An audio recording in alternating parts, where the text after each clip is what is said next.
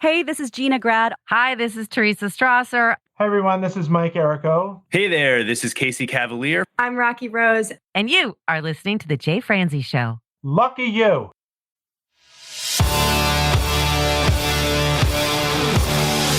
Welcome to The Jay Franzi Show. A behind-the-curtain look at the entertainment industry with insights you can't pay for and stories you've never heard. Now, here's your host, Jay Franzi and Tiffany Mason.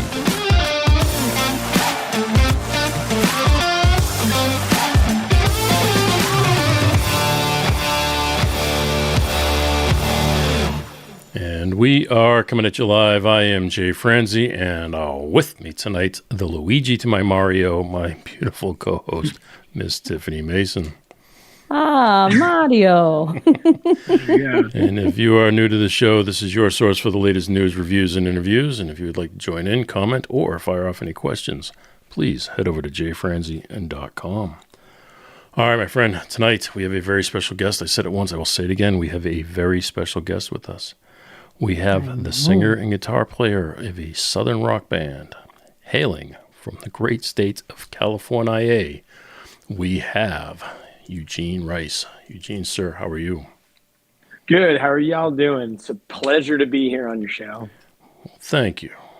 You know what? If you guys are Mario and Luigi, I think that makes me like Toad or possibly Waluigi. I'm not sure. Somewhere in the middle. We will take it. We'll see where the end of the night goes. You know? Yeah, we'll let you know at the end of this episode. Yeah. You know, we'll see what happens.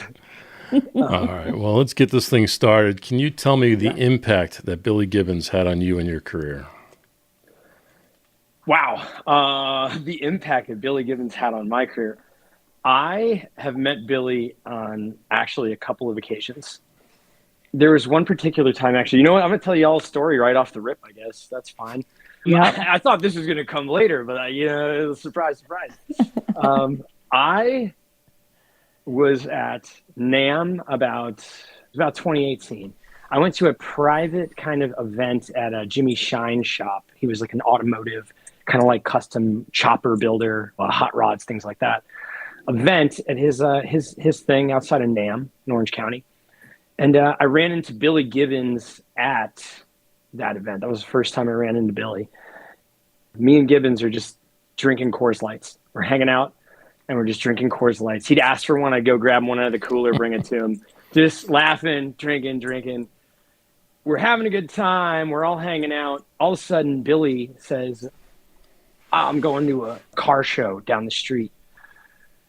A couple of my friends that I was there with, they're all going. And he looks at me and he's like, hey, you're coming with us. You can jump in the trunk. Dude, the Reverend tells you to get in the trunk. All right. So I jump in the trunk of his Denali. So it's a nice trunk. You know what I mean? I've been in worse trunks.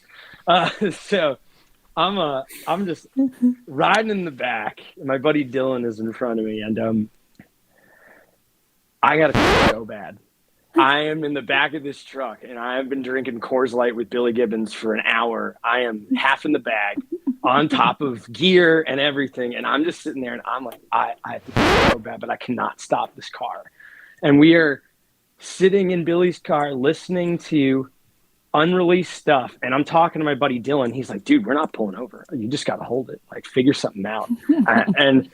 And all of a sudden, out of nowhere, Gibbons is like, I got to go to the bathroom. Pull over. And we pull over on the side of the 405 highway. And I am like, I need to pee right now. I climb over everybody to get out of this car. And I'm on the side of the 405 now. And I'm like Billy Gibbons on the side of the 405 in dead stop traffic. And I hear Billy start cracking up laughing. And I'm like, what is he laughing about? We're just on the side of the road. And I look down and he pees all over my left foot, all over it. Like, my buddies that were there were like, oh, dude, you were blessed by the Reverend.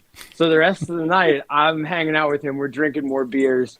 We're walking around. We're having a good time. And that is my fondest memory and probably the biggest impact that Billy Gibbons has had on my life, because now I needed to get a new pair of boots after that. Yeah, I still got them, man. You can't get rid of them. No, I'm never getting rid of those. Billy Gibbons. He's funny, man. Yeah. That is a honest to God, that happened. That story is Honor. one of my fondest memories. Yeah. Then he came saw us at the Viper Room a couple times, and it's been kind of honor to get to know him a little bit. It's crazy the things that man does. He's a wild card, dude. You know about his business card, right? No, tell me.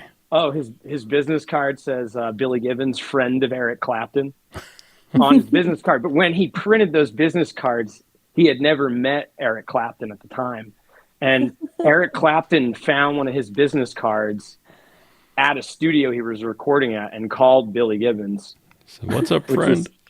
Yeah, like such a good, like I thought about making a business card that says Eugene Rice, friend of Billy Gibbons. Right. I mean, take a play out of his playbook, right? You know what I mean? You got to sometimes. You got to learn from the guys that came before you. That's right. So you said this was at a cycles party. So are you into cycles? Yes. I am very into motorcycles. I don't currently have one living in Los Angeles. I sold one before I moved out to Los Angeles, but I am in the midst of buying a new one. So we'll see. Right now, we're looking at a Dyna that I was probably going to pick up, but who knows? We'll see. See what happens. All right. Well, let's move into the band itself, American Mile. So Yes. Can you just give us a quick rundown of the background of the band? How did we come up with the name? How did it start? Man, I came up with the name. Actually, the name was a kind of an odd coincidence at the time. I was recording with this guy, Keith Nelson, producer out here. He was one of the guitar players in Buck Cherry. He wrote a lot of their songs. He works with guys like Charlie Starr and a bunch of other cats. And I had written lyrics to one of my songs, Wild Wind, and one of the lyrics is on the Sweet American Mile is one of the lyrics. So I was singing the lyrics to the song in basically in the recording room, and I didn't really like the band name at the time. Which was what? Yeah, it was Brothers Collective. Okay. It's a long story. Originally, It's not bad. the band was me and my two brothers, so it morphed out of that. But I was sitting there after I sang that line. I kind of like stopped singing the rest of the lines. I was like, man, American Mile would be a great band name. And in the talk back, I hear Keith, and he's like, yeah, it's a good band name. You should change your name right now. And I was like, all right, yeah, it's a good idea. I'm going to change the band name right now. So that is the story of how the American Mile band name came to be, actually. Nice. What was it like working with him?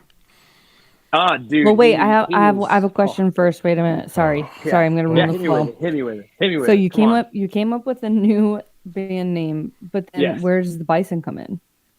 Oh, dude, that's just, people love bisons. I do love me a good bison. I do. Dude, everybody loves bison. It's if Ted Nugent can rock the Buffalo, I'm gonna throw the Buffalo logo out there. Usually we do, our actual logo most of the time is like a AM and it's like in stars and stripes. We've just been using this bison logo as like another piece of merch to sell. So Yeah, bison I logo. like it actually. Oh, thank you. I like it too. Okay, sorry, Jay. Proceed. Oh, I don't know. What were we talking about? Oh, how's it working with Keith? Yes, thank you. Good question. That crazy bitch, right? Dude, I love Keith. He's like an older brother in a lot of ways. As I'm the oldest of my brothers, so I don't really have someone that I kind of had a connection with him in that kind of regard. We'll like go grab lunch and stuff. And he's always willing to tell me, like, there's no sugarcoating anything, which is nice. I kind of like that. I'm pretty straight to the point kind of guy. So he's very straight to the point. We're both pretty straight to the point with each other about things. It's made a really good relationship as far as songwriting and also just friendship in general, kind of value those things. He's the kind of dude I'd call and be like, hey, I need help. My car tire's blown. And if he's actually free, I'll be like, dude, yeah, I'll come down and help you out.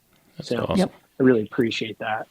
It's important to have those kind of people in our life. Absolutely. I don't want him to hear me talking too good about him. No. So Trust me. No.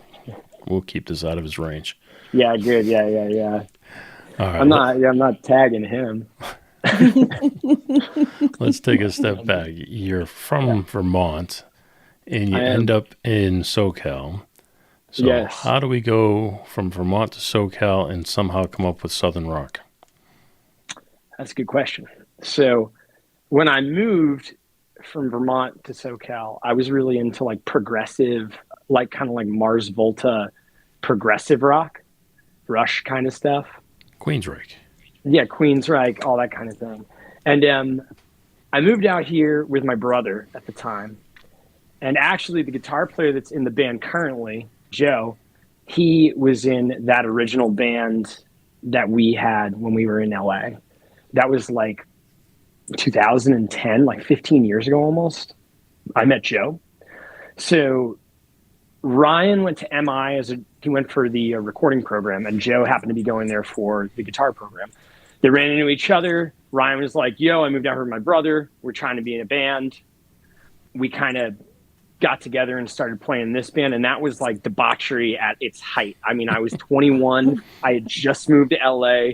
I came from like country girls, and I mean like not like Nashville country girls, like Vermont country girls. Like we got like, you know, sorry, Vermont. I hate to say it, but you know, it's more the more the earthy type. A little more the earthy. Yeah. And, you know, so dude, it was just a wild time. We had sold my motorcycle to buy an RV. How long did you live out of the RV? Dude, we lived in the RV for like, I want to say like in and out of the RV and rehearsal spaces for like 2 years. Yeah. It was a wild time. We used to set up, man, we made these fake baffles that had mattresses glued to them to look like a recording booth. And we set it up in our studio, and we would like have a mic stand in there during the daytime. And at nighttime, we just lay the beds on the floor and all just pass out. Yeah. That's awesome. We had a whole system. Cool. I can't tell you how many times I've slept in a recording studio, so it's all right. Dude. Oh, no, this was not a recording. This was a rehearsal studio. This was like, yo, you knock on the wall and like a cockroach the size of like a Bic pen would fall out. Yeah. It's all about the hustle, right? It's part of it. And you know what's crazy is the whole reason I moved out to LA is because I always wanted to do music. Coming from Vermont, it was like kind of, there was nothing. I mean, my hometown is like 1,500 people. You get folk music. You do every now and then, but like, you know, there was a different time period. That was before the internet. I mean, the internet was there, but it wasn't like what it is today in a lot of ways. It wasn't as far reaching.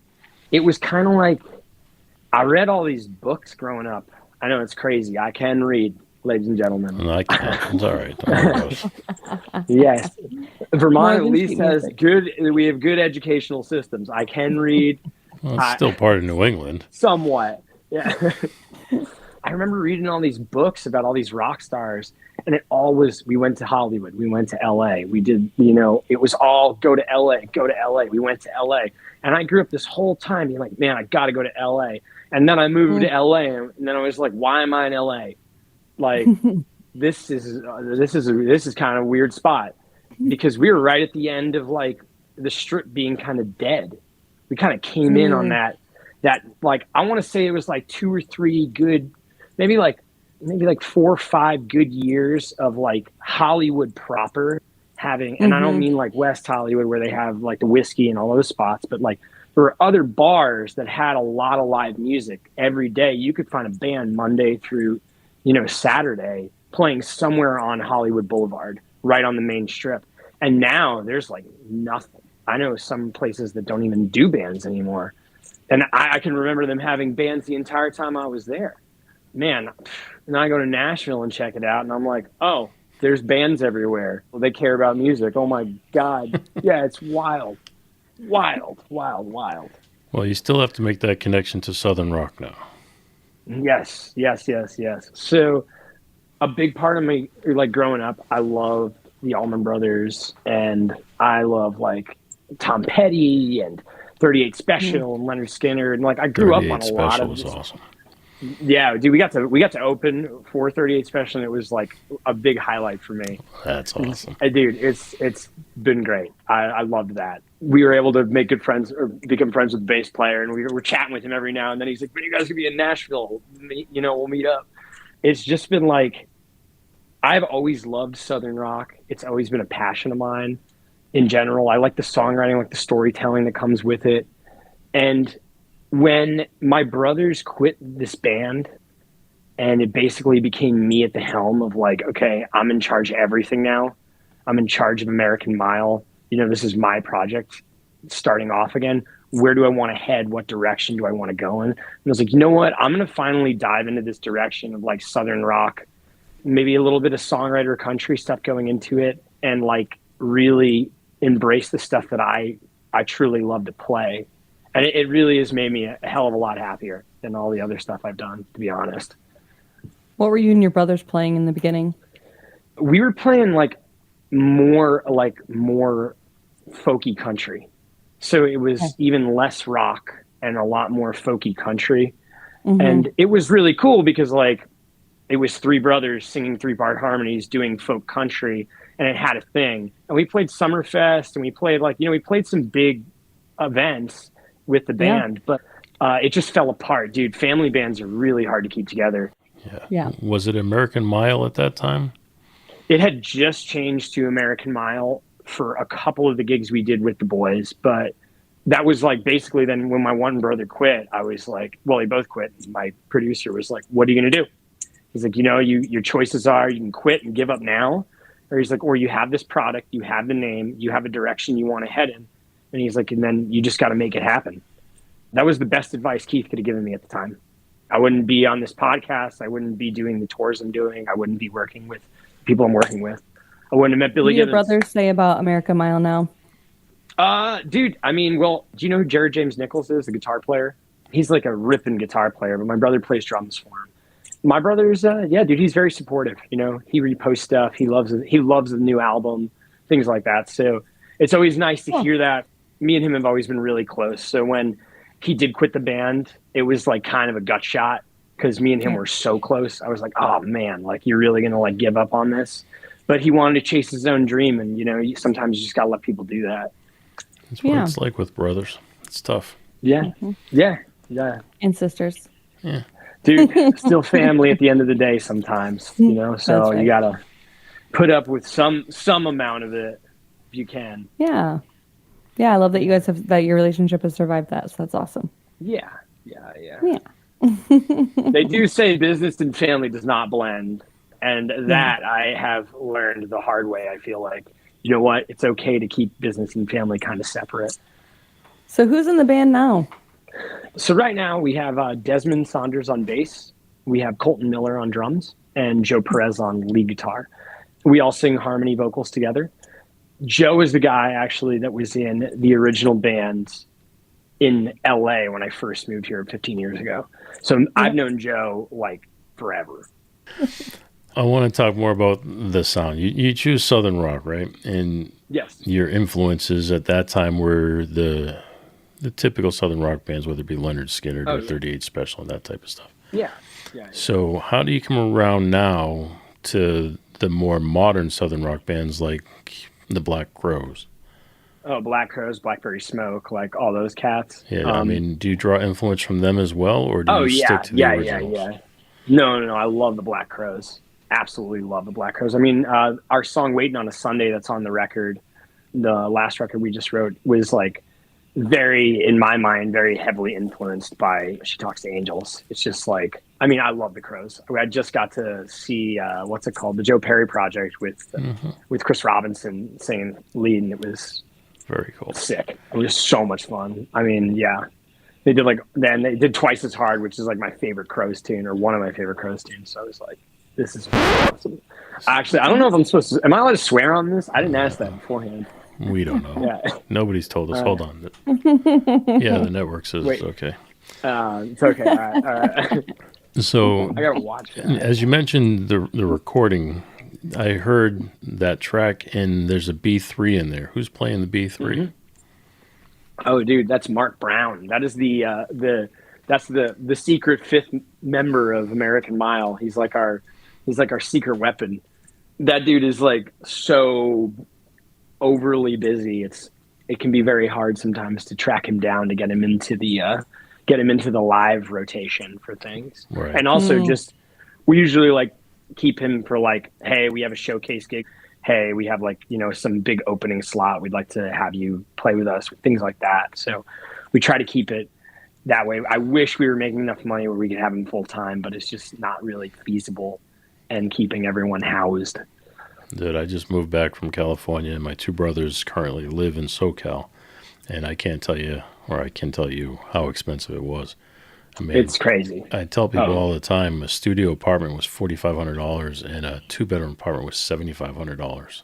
It's absolutely nuts. Like California's That's crazy.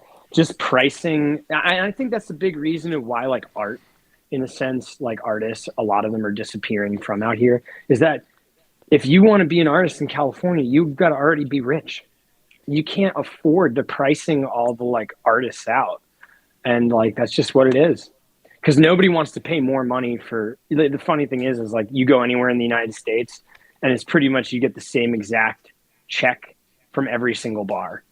But, you know, $1,000 in SoCal goes nowhere. You're like, oh, okay, my gas was $5 a gallon, you know. Which and is now, insane. Oh yeah, it's nuts. I think I paid $4.97 today for gas, and I was just looking at it like, well, oh, that's this is cheap. It was like $6 something when I was there. Yeah, it's wild.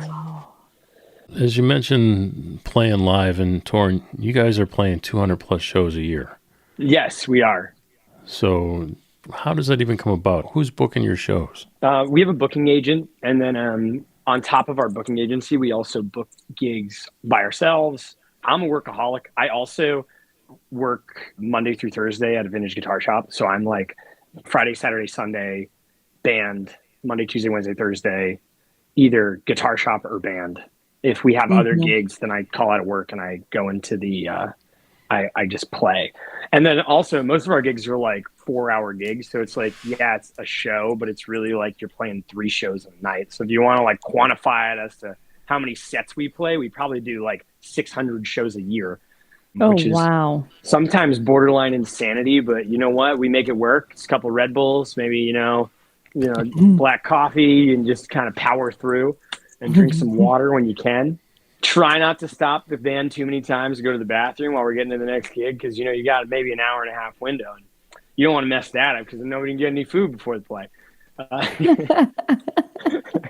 The guitar shop. What do you do at the guitar shop? I'm the vintage guitar specialist. So I deal with all the vintage guitars that come in, and I vet them and make sure that they're all right. If I have questions, there's some guys I know in the industry that I'll give calls to. Like if it's something that I'm way out of my wheelhouse with, you know, a $50,000 Martin walks in and I'm like, I think I'm right about this, but I need to make sure that this and this are right. So it's always good to have a couple more eyes on it. Give Dave Henson a call out of Killer Vintage in Dallas. He's my go-to guy. So, all right. Next thing I want to know, let's go back to the booking agent for a minute. Sure. How did you come about the booking agent? Did you hunt them down or did they hunt you down? All right. So 2019, right before COVID hit, I played the Idaho Potato Drop, and it was like this crazy, huge, big show. It was awesome. I did a bunch of interviews like on CNN and all this other stuff.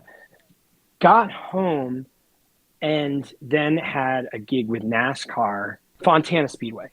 So I did a gig there. And when I was doing this gig, this guy that I knew, Neil Morgan, had seen me the year prior. And he saw me again and was like, hey, man, I have this booking agency. They book my band. I've seen you now twice. I really want them to work with you. And I was like, well, I'm looking for an agent. You know, it was pretty exciting at the time because like he showed me what they were doing. I was like, well, you guys are playing like a lot of opening slots and like a ton of casino work and just like you're like a functioning working band as well as getting to do your original thing. And I was like, if we can have that rolling and I don't have to have a day job, that would be great. So I left that gig and was like ecstatic because I had basically signed a handshake contract with a booking agency, something I had been trying to do for years and never been able to do. I went on vacation to Mexico with some friends.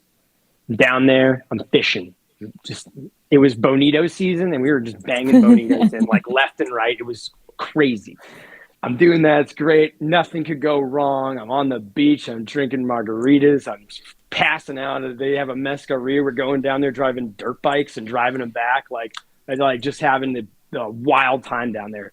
And I am sitting in a kitchen with my friend and the news is on, and all of a sudden COVID-19 has appeared and has entered the chat. And I'm like, what's this? What's going on? Like, in my mind at that time, I'm like, oh, this is going to be no big deal. It's like some bird flu stuff or whatever. Like, it's going to blow over. And then fast forward to I'm back in America because they're like, hey, you have to leave. And we go back because we're closing the border. And all of a sudden, I'm like, I just signed this deal with a booking agency. And now there's no shows ever. I was like, this has got to be the biggest joke played on me in the history of my life. Like, this is ridiculous. So my agent is like, just hold steady and like wait till I call you. I'm like, okay. So like months go by, we're on lockdown. I mean, how are you paying your bills? Actually, my very good friend Scott Bednar gave me a job as a roofer because I could do it outside. So I was doing roofing throughout basically the entire pandemic, and that like just kept me alive. And dude, roofing in California during the summer, not a fun time. Brutal. It was awful. We just started at like 4 a.m. and would just like work till probably noon. And by noon, it was like you couldn't be on the roof or you're just ruining the shingles. Tile roof. It's not shingles. Well, some of it was shingles, some of it was tile. It was like, it would depend on what the customer wanted. But like, I was basically doing that, and that kept me sustained. God bless him for that. That really saved me. Probably like middle of the pandemic, my agent calls and he's like, hey, put a band together, just start rehearsing. Light at the end of the tunnel. And I'm like, okay. So we're rehearsing. He's like, I got a drive-in gig. We're doing like this big drive-in event, and the band that hooked you up is going to play, and we're going to have your band open it. So at the time, I called Joe Perez and was like, yo, I got this gig. It's like a outside gig. I had another guitar player at the time, and I was like, the guy in the other band had asked me to play guitar for them also. And then I was like looking at all the songs they needed me to learn, plus all my own stuff with rehearsing. And I was like, there's no way I'm going to be able to wrap my brain around all this in like a week. So I called up Joe and was like, hey, can you fill in and take this gig over with this other band? So he took that over with the headliner, and I just focused on American Mile. So we did this gig. Basically, end of that gig, we came out and we did Freebird with me, Joe, and the other guitar player, and we just did like all three of us playing together, and it was a blast. And I was like, I want to do that. I was like, I would love to do like a Leonard Skynyrd 3 guitar player thing. And my other guitar player at the time was not about it. So we came back and he just quit. He was like, I don't want to do this. I don't like it. I don't like there's another lead guitar player. And I was like, all right, dude, like there's the door. That's your choice. So he quit. And then now I'm like, Joe's like, well, I'm still down to be in the band. So I'm like, all right. So we start now rehearsing this thing. My agent calls again and he's like, yo, are you guys ready? And I'm like, yeah, what's up? And he's like, the Native American casinos are allowed to do music. I can book you guys. I have no other bands that are ready to play. You're the only one we have that's ready to play. Everyone else is like either afraid to go out. And we were all like, dude, we're not afraid. I got COVID like 9 times, I think. I don't know what that does to you, but I feel fine. I think we're starting to see what it does to you. Yeah, right? A little crazy, dude. Yeah. So we just like grabbed every single gig they would give us through that. I mean, I worked for like that half a year, like end of 2019 all the way through 2020, because there just was nobody that wanted to pick up the gigs. So we were just taking them. It gave a really good like time buffer for like me and Joe to like kind of gel and get the business kind of going and get the name out there, so that when we found new members that ended up being more permanent members, it was like we already had established certain areas where like we could play here and make money. We can play here and make money. We had all these anchor gigs. We're like, oh, we know that this casino will pay us well. We can do that on Saturday and Sunday, and Friday we can do like an original show somewhere in town and try to like churn a little bit of an actual fan base out of it. But to be honest, it was like kind of a wicked ride, because doing that stuff, we burned through so many band members. It was wild. Like, just could not hang. Oh man. Like, yeah, they're sweet guys. They're all great. I have no qualms with anyone that has left the band, but like, we burned through players. We did for a while. Did it make you feel so like, oh, like we can hang and they can't? Like, it just like, it made me be like, what would get me is I would tell them how hard it was. I would be like, listen, we're psychos. We play nonstop. We play as many gigs as we can. Me and Joe have done 3 gigs in 24 hours before. Like, we will just jam gigs into things to play. And some guys are like, I can do that. And then they actually do it with you like for 2 weeks. And they're like, I don't understand how you guys can physically do this. Like, I am going nuts. I don't know. It's just, that's all I love to do. Especially a drummer. Yeah. Oh yeah. We're like a wood chipper for drummers. It's So the lineup that you have now, how long has that lineup been in place? So Desmond's been with us for 2 years. Funny enough, we always did everything by democratic vote. And at the time when Desmond auditioned for the band, he was my choice. I was like, I want this guy to be our bass player. I really liked him. I liked his feel. I liked that he could sing. I think when he came in, he was like a slightly underprepared, but like there was something about him that I was just like, he's good. He's got something. Like, I can tell from his personality that he's going to we're going to gel, it's going to work. And I got outvoted. So I got outvoted, and Desmond did not get the first audition. We had another guy for about like a little over half a year. Kind of like through that process with him, we realized that we were like, oh, this dude is not working out. He was like telling us like, I'm going to quit. And finally, at some point, I was like, why don't we reach out to Desmond? I was like, reach out to Desmond, see what he's doing, and maybe he'll want to jump in, and play with us.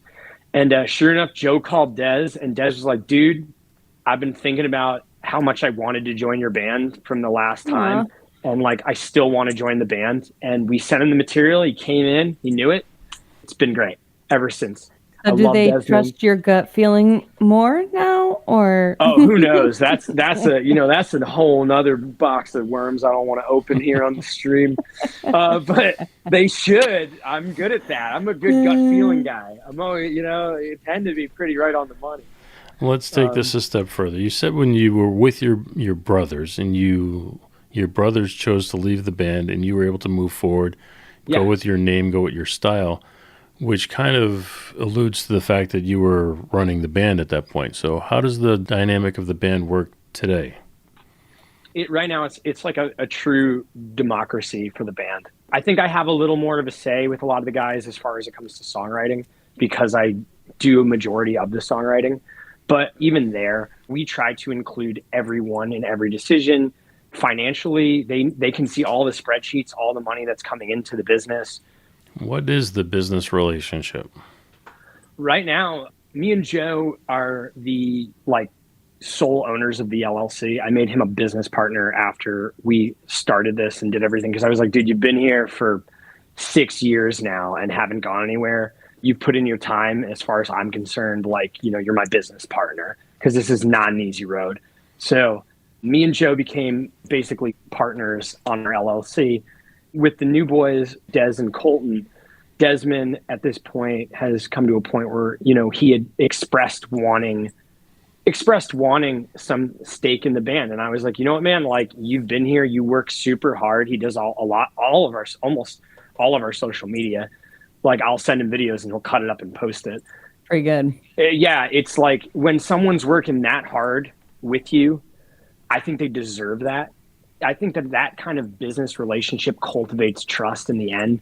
It boils down to something that in the future, if it gets hard or gets tough, that person's going to stick around because you trusted them at some point and now they trust you. And there's just a mutual respect.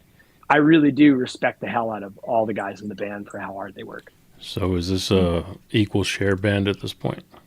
Yeah, at this point right now, it's the money is always an equal share. Everyone gets an equal cut.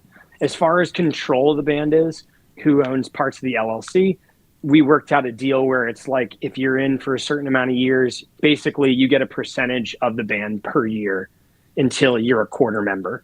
And then we'll all just have a quarter control of the LLC. Smart way. That's the way I'm going to do it. Yeah.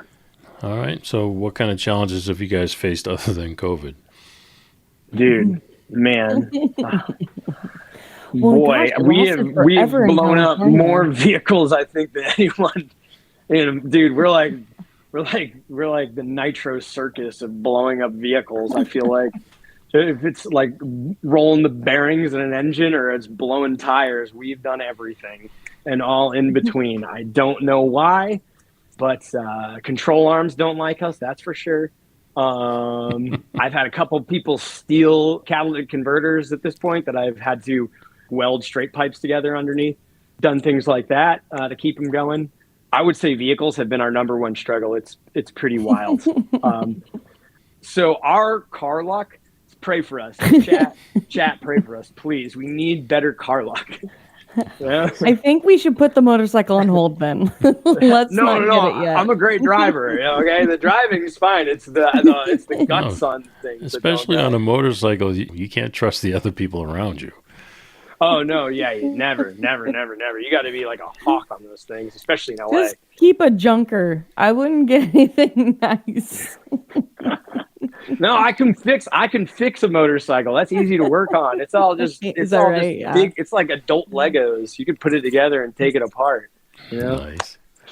Oh my gosh, I love how you are so scrappy or resourceful and just make things happen, get things done. You have a pretty strong mindset for that. Do you feel like all the band members match that?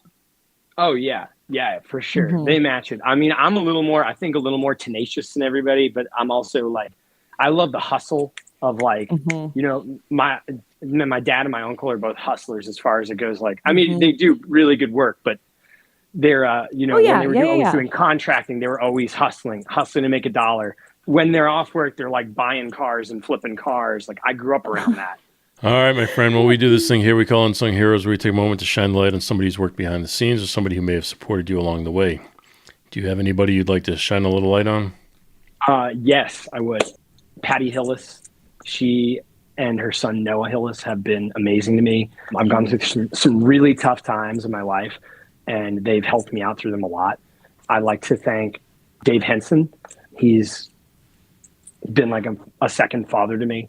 I'd also like to thank Scott Bednar. He's the guy that helped me get through COVID. He's taught me so much. He's an amazing human. He rescued me from working at a studio that I hated working at. And I'd like to thank Keith Nelson. And then last but not least, of course, I'd love to thank my parents. They've always been there. They've always supported my dream. I would not be here without them. What kind of troubles were you dealing with? Oh, dude, I have gone through.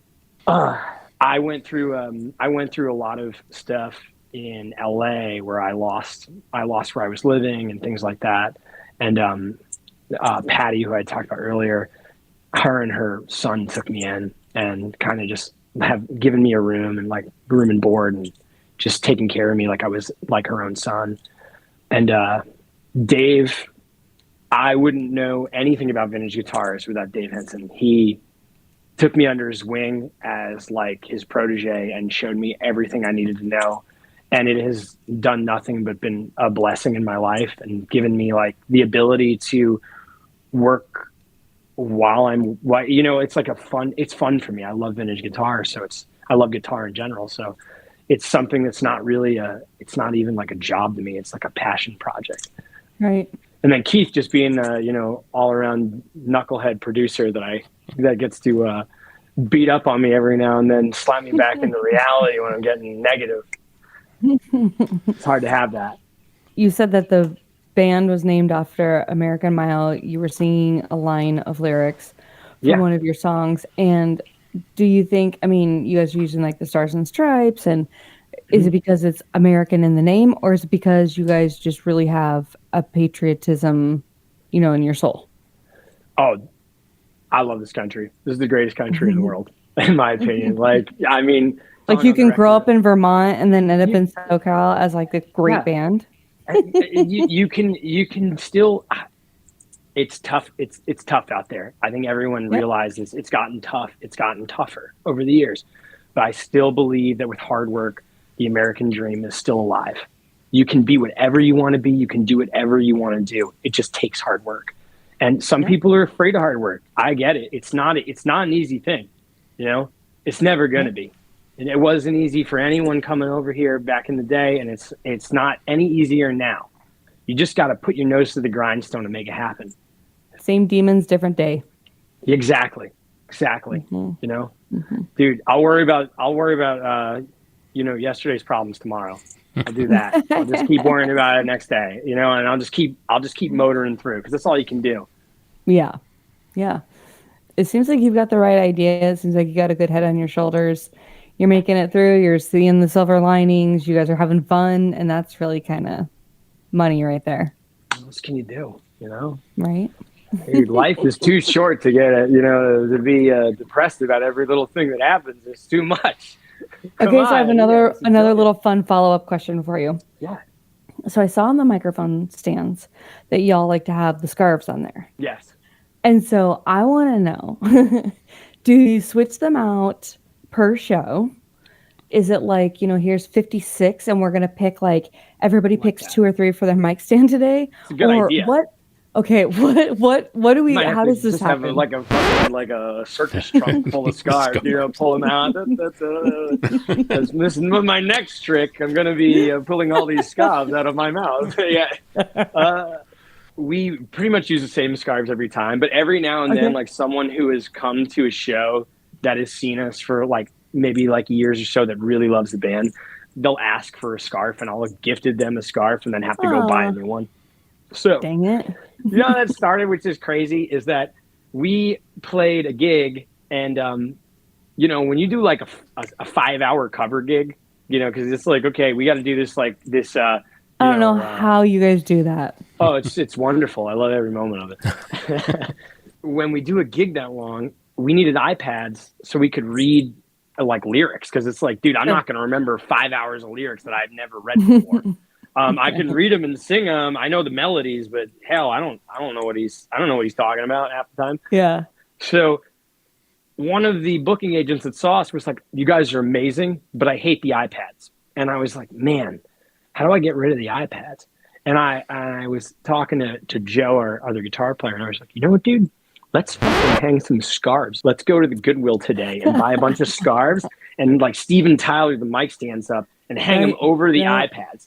So we did that for literally the next show the next day. And the booking agent was like, "It's amazing. You guys are great. I love that you got rid of the iPads." And I was like, "Yeah, we did." They're just right behind the scarves. So don't worry about it. Yeah. And now there's just kind of now it's our thing. We throw the scarves on everything. But, when we do originals, we still throw the scarves on there. So it's fun. I like giving them the audience too every now and then. Part of the image. Yeah. Not just shtick. All right, folks. Well, we have done it. We have reached the top of the hour, which does mean we have reached the end of the show. If you've enjoyed the show, please tell a friend. And Miss Tiffany, if you have not, tell 2. Tell 3, 4, 5, or 6. 10, baby. 10. Come on. There you go. That's right. You can also reach out to the 2 of us over at jfrenzy.com. Hell, you can reach out to the 3 of us over at jfrenzy.com. We will be happy to keep this conversation going. All right. Sir, we cannot thank you enough. We would like to leave the final words to you. Thanks so much for having me. You guys have been great. I loved having the chat with you. I mean, I was laughing. And if I can have a good time hanging out with 2 people I've never met on a phone and laugh a little bit, then it's a good day. All right? So thank you. Thank you. Awesome. Well, have a good night. Thanks for listening to The Jay Franzi Show. Make sure you visit us at jfranzi.com. Follow, connect, and say hello.